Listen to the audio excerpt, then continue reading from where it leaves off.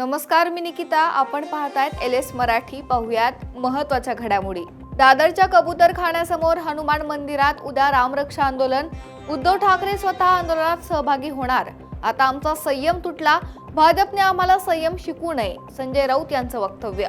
विमानतळाला दिबा पाटील यांच्या नामांतरणासाठी सुरू असलेलं रश्मिता पोपेटा यांचं आमरण उपोषण अखेर 10व्या दिवशी मागे. आमदार रोहित पवार यांच्या मध्यस्थीने उपोषण मागे. वाशिम जिल्ह्यातील कारंजा मानोरा या मार्गावरील कुपटा घाटात भीषण अपघात. कारची टिप्परशी समोरासमोर धडक होऊन कारमधील दोघांचा जागीच मृत्यू. पोलीस घटनास्थळी दाखल, पुढील तपास सुरू.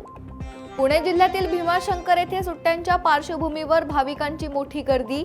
धुक्याची चादर आणि हिरवागार निसर्ग पर्यटकांचं खास आकर्षण. रत्नागिरीत मिरजोळे उक्षी मार्गावर 2 बसची समोरासमोर धडक. पटवर्धन हायस्कूल आणि महाविद्यालयातील 15 विद्यार्थी जखमी. रुग्णालयात जखमींवर तातडीने उपचार सुरू. नाशिक जिल्ह्यातील पेठ तालुक्यात वीज वितरणाचे नवीन वीज खांब कोसळले.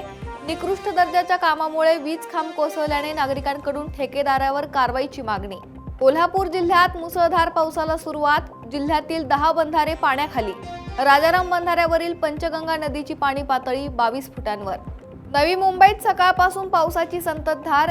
जोरदार पावसामुळे MPMC बाजारपेठेत साचलं पाणी. नागरिकांना पाण्यातून मार्ग काढताना त्रास.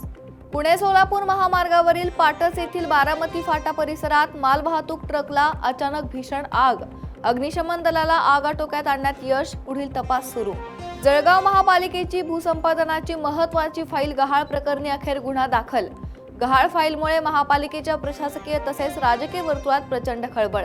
या होत्या महत्त्वाच्या घडामोडी. पाहत रहा LS मराठी.